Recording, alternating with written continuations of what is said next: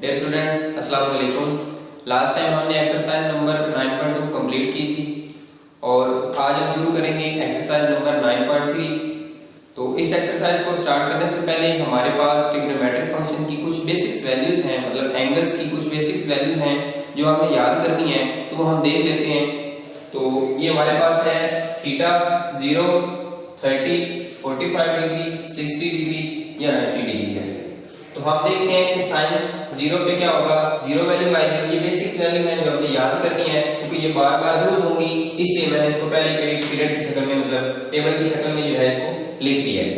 तो साइन 0 पे क्या होगा, 0 होगा। साइन 30 पे हो जाएगा 1/2, 45 पे हो जाएगा 1/√2 और साइन 60 पे हो जाएगा √3/2 और साइन 90 पे हो जाएगा 1। तो cos देख लेते हैं। cos जो है इसकी वैल्यू हमारे पास 0 पे क्या बनेगी, 1। मतलब साइन की जो ये वैल्यू होंगी इनको आपने क्या कर देना, उलट तरतीब से लिखना शुरू कर देना। 1/√3/2, 1/√2, 1/2 और 0 हो जाएगा। उसके बाद हम देखते हैं कि tan की क्या वैल्यू है। tan की हमारे पास वैल्यू है, tan को हम ऐसे लिखते हैं कि हमारे पास होता है sin ओवर cos। तो sin ओवर cos देख लेंगे, उस हिसाब से भी लिख सकते हैं। तो ये बनेगा sin क्या होगा, 0 ओवर 1, आंसर क्या आएगा, 0 आएगा। उसके बाद हम देखेंगे कि हमारे पास क्या होगा, 1/2 ओवर क्या हो जाएगा हमारे पास √3/2, 2 से 2 कैंसिल हो जाएगा, तो बाकी हमारे पास क्या आ जाएगा, 1/√3 आ जाएगा। सिमिलरली हम क्या करेंगे, चेक कर लेंगे। तो हमारे पास tan की जो 45 पे वैल्यू क्या बनेगी, 1, और tan की जो 60 पे वैल्यू बनेगी वो हमारे पास क्या होती है, √3, और tan 90 क्या होता है, अनडिफाइंड होता है। तो ये हमारे पास कुछ बेसिक वैल्यूज थी जिनको हमने क्या किया है, लिखा है। क्योंकि ये बार बार यूज होंगी इसलिए मैंने पहले इसको पीरियड में, मतलब टेबल में लिख दिया है। तो सबसे पहले हम देखते हैं कि क्वेश्चन नंबर 1 हमारे पास मौजूद है। क्वेश्चन नंबर 1 की हमारे पास क्या है statement, sin 60 cos 30 degree minus cos 60 degree sin 30 डिग्री is equal to sin 30 degree आ गया। मतलब लेफ्ट साइड जो है वो हमने राइट साइड इक्वल क्या करनी है, प्रूव करनी है। तो हम देख लेते हैं हमारे पास लेफ्ट साइड क्या है। लेफ्ट साइड हमारे पास है sin 60 degree cos 30 degree minus cos 60 degree और sin 30 डिग्री आ जाएगा। अब sin 60 की वैल्यू हमने क्या देखी है, √3/2। cos 30 की वैल्यू चेक कर लेते हैं। cos 30 की वैल्यू क्या है, √3/2। तो ये हमने लिख दी। sin 60 की वैल्यू क्या आ जाएगी और cos 30 की वैल्यू क्या आ जाएगी, माइनस आएगा। उसके बाद हम देखते हैं cos 60 डिग्री की वैल्यू क्या होती है। cos 60 डिग्री की वैल्यू हमारे पास क्या आ जाएगी, 1/2, और sin 30 की वैल्यू हमारे पास क्या होती है, sin 30 हमारे पास बन जाएगा 1/2 आ जाएगा। तो अब ये दोनों मल्टीप्लाई हो जाएंगे, मल्टीप्लाई होंगे क्योंकि हमारे पास 2 टाइम है, ये क्या बन जाएगा, √3/2 का होल स्क्वायर बन जाएगा। माइनस इसको मल्टीप्लाई करेंगे तो ये इसका बन जाएगा 1/2 का होल स्क्वायर, मतलब वो 1 का स्क्वायर 1 ही होता है, तो ये बन जाएगा 1/2 का स्क्वायर आ जाएगा। अब स्क्वायर रूट और √ एक दूसरे की क्या हो जाएंगे, कैंसिल हो जाएंगे। तो हमारे पास आंसर क्या आएगा, 3, और जब 2 का स्क्वायर लेंगे तो हमारे पास आंसर क्या आएगा, 4 आएगा। माइनस 1/2 का स्क्वायर क्या आ जाएगा, आंसर हमारे पास 4। तो अब हम लेंगे इसका क्या, एलसीएम। एलसीएम लेंगे, एलसीएम इनका बन रहा है 4, एलसीएम लेंगे 4, तो 4 से 4 कैंसिल हो जाएगा। हमारे पास आंसर क्या बनेगा, 3 माइनस क्या बनेगा, 1 आ जाएगा। अब 3 माइनस 1 हमारे पास क्या बनेगा, 2/4। तो ये हमने लिख दिया 2/4। तो ये हम लिख देते हैं कि 2 1 2, 2 2 4, तो आंसर हमारे पास क्या बनेगा, 1/2 आ जाएगा। तो ये हमारे पास थी लेफ्ट साइड आ गई। अब हम देख लेते हैं हमारे पास इस क्वेश्चन की राइट हैंड साइड क्या है। राइट हैंड साइड हमारे पास मान रही है sin 30 डिग्री आ गई। अब sin 30 डिग्री की वैल्यू हमारे पास क्या होती है, 1/2 आ जाएगा। मतलब हमें जो टेबल है उसे मिल रही है वैल्यू, नजर आ रही है कि इसकी वैल्यू क्या हमारे पास होगी, sin 30 में वैल्यू बनेगी 1/2 आ जाएगा। तो ये हमारे पास लेफ्ट साइड है और ये हमारे पास क्या है, राइट साइड आ गई। लेफ्ट साइड और राइट साइड क्योंकि दोनों इक्वल है तो हमारे पास जो है वो कंप्लीट हो गई। तो हमने ये कंप्लीट करना था कि लेफ्ट साइड और राइट साइड जो है वो हमारी क्या है, इक्वल है। तो ये हमने प्रूव कर दिया। नेक्स्ट हमारे पास क्वेश्चन है, क्वेश्चन नंबर 1 का हम 2 पार्ट देखते हैं। क्वेश्चन नंबर 1 के 2 पार्ट में हमारे पास क्या है, sin² π/6 plus sin² π/3 plus tan² π/4 is equal to 2 आ जाएगा। अब पाई की वैल्यू हमारे पास क्या होती है, पाई की वैल्यू जो है वो हमारे पास होती है 180 आ जाएगा। अब 180 डिवाइडेड बाय हम 6 करेंगे तो हमारे पास आंसर क्या आएगा, 30 डिग्री आएगा। उसके बाद हम देख लेते हैं पाई की वैल्यू π/3 करेंगे तो 60 आ जाएगा, और π/4 करेंगे तो हमारे पास क्या आएगा, 45 आएगा। हाँ जी, हमने टेबल में देख रहे हैं कि टेबल में क्या बनेगी, साइन की वैल्यू क्या थी 1/2, ऊपर स्क्वायर मौजूद है तो हमने इसका स्क्वायर ले लेना है, प्लस sin 60 की वैल्यू हमारे पास क्या थी √3/2 का होल स्क्वायर, प्लस ये क्या हो जाएगा हमारे पास 1 का स्क्वायर आ जाएगा। अब ये हमारे पास क्या बनेगा 1/4 प्लस अंडर रूट जो है वो हमारे पास स्क्वायर और ये अंडर रूट कैंसिल हो जाएंगे, तो आंसर हमारे पास क्या बनेगा 3 और 2 का स्क्वायर 4 हो जाएगा, तो ये बन जाएगा 3/4 आ गया, प्लस 1 का स्क्वायर हमारे पास क्या होगा 1 आ गया। अब हम क्या ले लेते हैं एलसीएम लेंगे, एलसीएम हमारे पास बनेगा 4, अब 4 को कैंसिल 1 प्लस 3 और यहाँ पे 4 क्या हो जाएगा मल्टीप्लाई होगा 1 के साथ, तो आंसर क्या आएगा 4 आएगा। इनको ऐड करेंगे तो क्या बनेगा 8 डिवाइडेड बाय क्या बनेगा 4, 8 डिवाइडेड बाय 4 हमारे पास आंसर क्या आएगा 2 आएगा। हाँ जी, हमारी लेफ्ट साइड क्या थी, लेफ्ट साइड हमारे पास ये है, ठीक है, जो हमने सॉल्व की है, तो आंसर हमारे पास क्या आया 2 और राइट साइड क्या है उसका भी आंसर हमारे पास क्या है 2 है। तो हमने ये प्रूव करना था कि लेफ्ट साइड जो है वो राइट साइड की क्या बन रही है इक्वल है। बिल्कुल क्वेश्चन नंबर जो 1 का जो थर्ड पार्ट है वो बिल्कुल आसान है, वो आप लोगों ने कर लेना है। और अब हम देखते हैं क्वेश्चन नंबर 1 का फोर्थ पार्ट, सेम है बिल्कुल, इसमें चूंकि रेशियो थोड़ी सी इन्वॉल्व है, लेफ्ट और राइट साइड इक्वल प्रूव करनी है, तो sin स्क्वायर π/6 रेशियो हमारे पास क्या हो जाएगा sin स्क्वायर π/4 रेशियो हमारे पास क्या बनेगा sin स्क्वायर π/3 रेशियो हमारे पास क्या बनेगा sin स्क्वायर π/2 होल स्क्वायर आ जाएगा हमारे पास, तो किस इक्वल हमारे पास बन रहा है 1/2/3/4 आएगा। ये हमारे पास क्वेश्चन है, लेफ्ट साइड और राइट साइड को हमने क्या करना है इक्वल प्रूव करना है। तो हमारे पास क्या बनेगा लेफ्ट साइड से हमारे पास ये मौजूद है।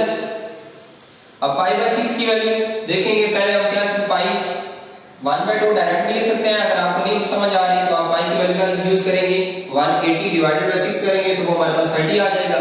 तो इसकी हमारे पास π/6 की वैल्यू क्या बन गई 1/2 स्क्वायर मौजूद है, होल स्क्वायर आ जाएगा, रेशियो इसकी हमारे पास क्या आ जाएगी 1/√2 होल स्क्वायर, रेशियो हमारे पास क्या होगा √3/2 का होल स्क्वायर, रेशियो हमारे पास क्या आ जाएगा 1 आ जाएगा।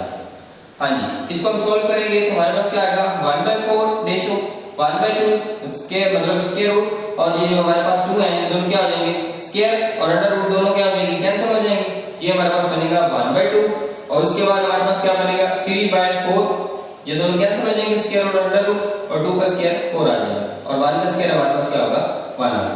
अब हम क्या करेंगे इस पूरी इक्वेशन को, क्योंकि हमने क्या करनी है left side right side equal prove करनी है, तो इस पूरी जो इक्वेशन है इसको हम क्या कर देते हैं 4 से मल्टीप्लाई कर देते हैं, तो मल्टीप्लाई क्या कर देते हैं मल्टीप्लाइंग बाय 4 आ गया, तो ये हमारे पास मल्टीप्लाई होगा तो हमारे पास आंसर क्या बनेगा 4 से कैंसिल हो जाएगा 1 2 1 2 2 4 2 आ जाएगा, 4 से 4 कैंसिल 3 और 1 मल्टीप्लाई बाय 4 हमारे पास आंसर क्या आएगा 4 आएगा।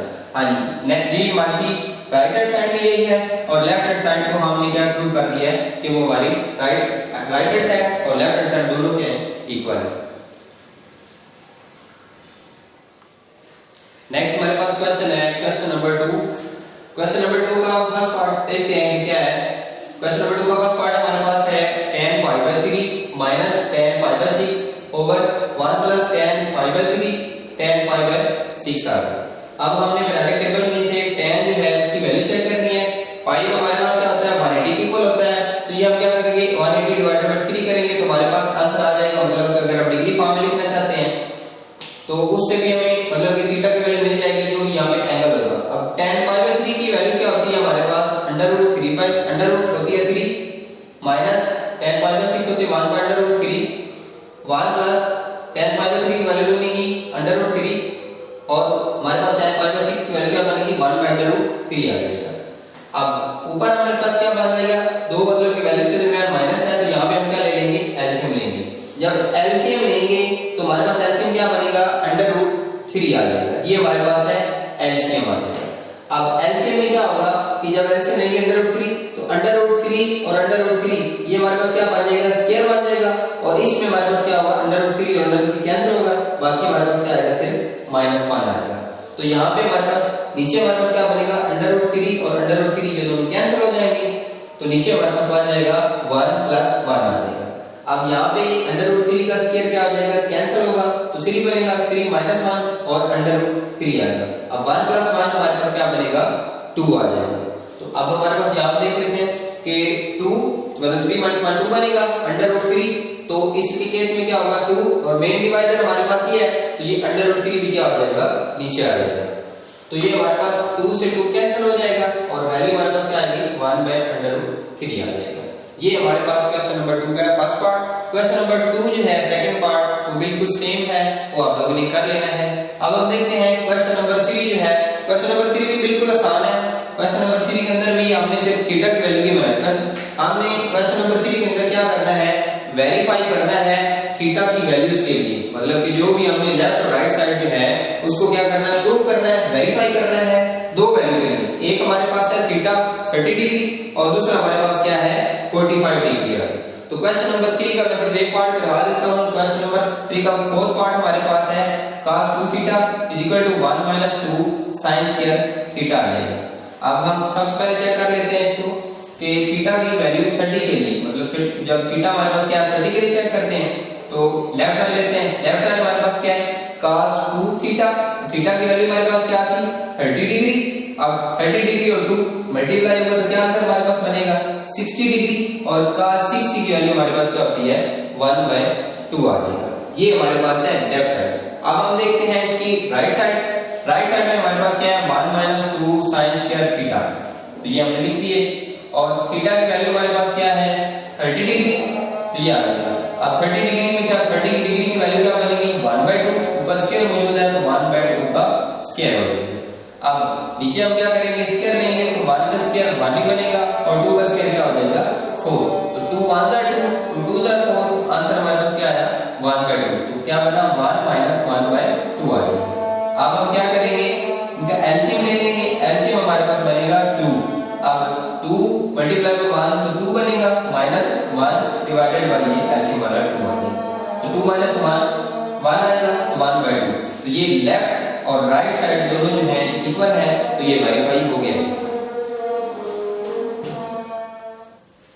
हाँ जी, नेक्स्ट हम क्वेश्चन नंबर 3 के फोर्थ पार्ट को जो है वो वेरीफाई पहले हमने किया कि 30 डिग्री के लिए, अब हम इसको वेरीफाई करेंगे 45 डिग्री के लिए।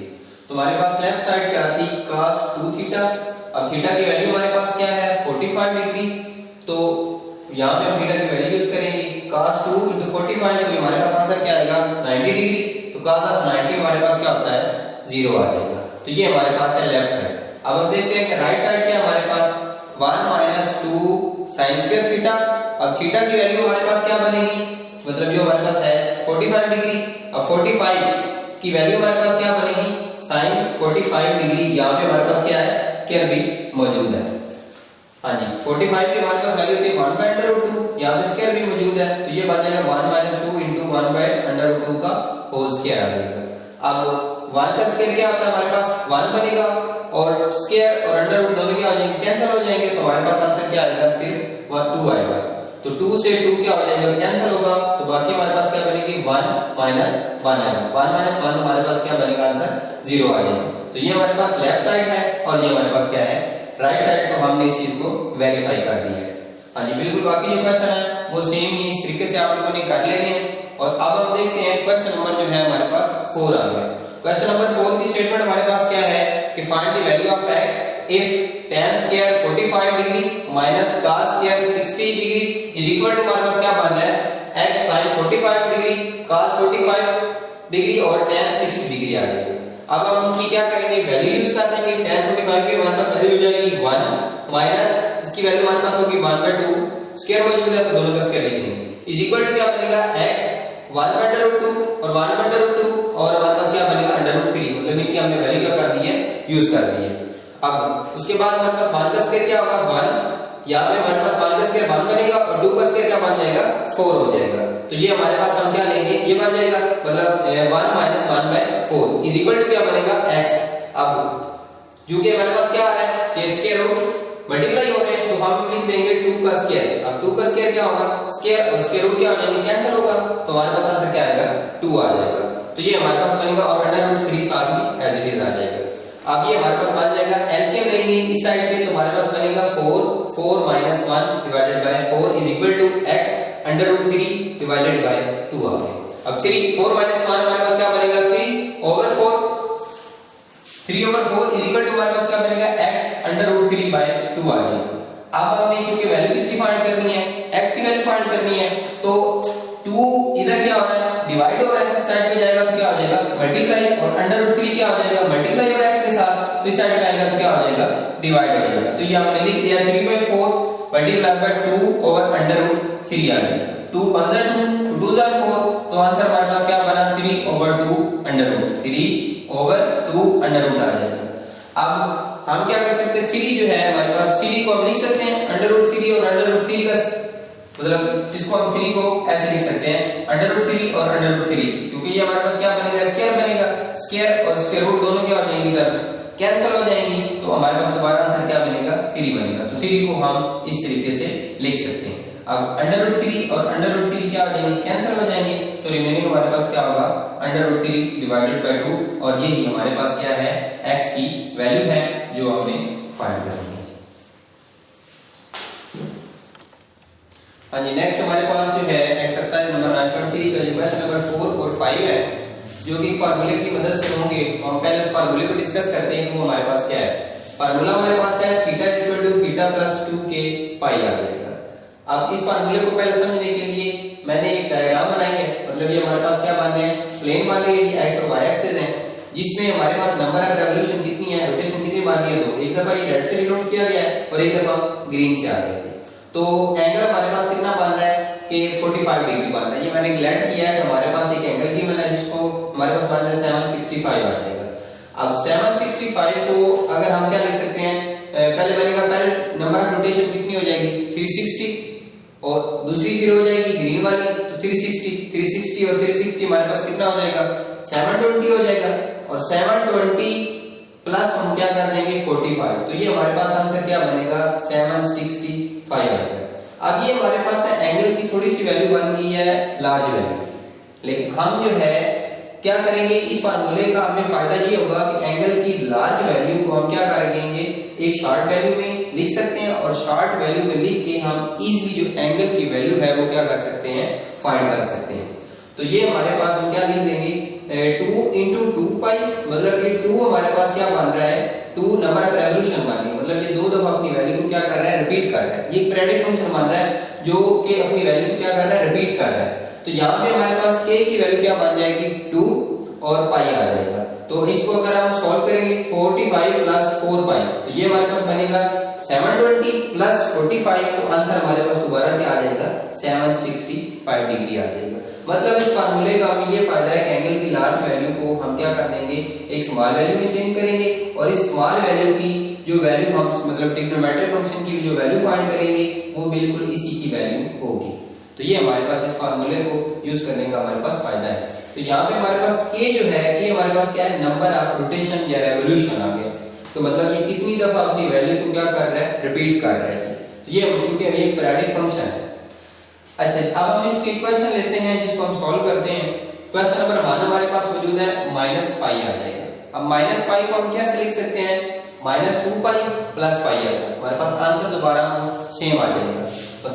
तो अब हम इसको थोड़ा सा अरेंज करते हैं, अरेंज करके लिखेंगे तो क्या आ जाएगा पहले हमारे पास वैल्यू आएगी पाई -2 पाई।